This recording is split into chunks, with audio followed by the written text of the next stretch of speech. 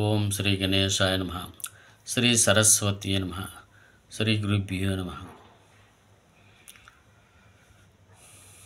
ఇంద్రియములు తావితానము పందిరి షడ్వర్గరాట పట్టిల క్రిందన్ గ్రంథుకునియున్న చీకటి మందిరగతుడైన గ్రస్తు మహిమేట్లు గాంచు మానస జ్యోతిర్మహిమేట్లు గాంచు బొందోల వ్యాపార సందడిలో బడి బొందోల వ్యాపార సందడిలో బడి అందుడై ఆత్మలో పొంది వెల్గిన జ్యోతి మహిమేట్లు గాంచు మానస జ్యోతిర్మహిమేట్లు గాంచు. జై నిరామలింగరాజ గురుభ్యో నమః.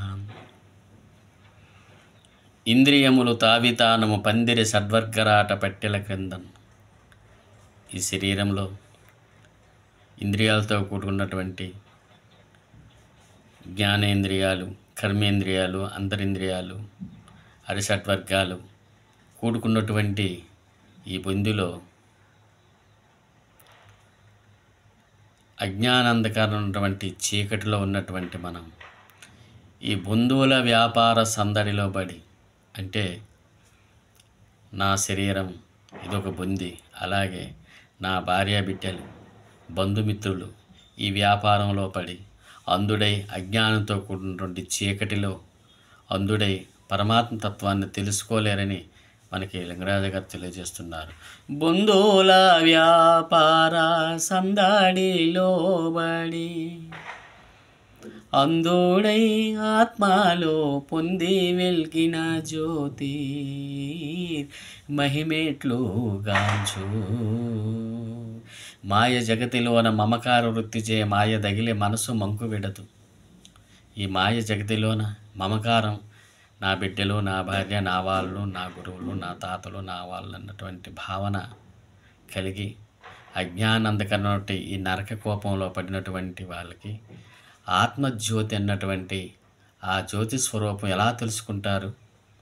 అందుకే సద్గురువులను ఆశ్రయించాలి, గురుముఖత నేర్చుకోవాలి, గురు పరంపరలో నిలవాలి, గురుకులంలో వెలయాలి.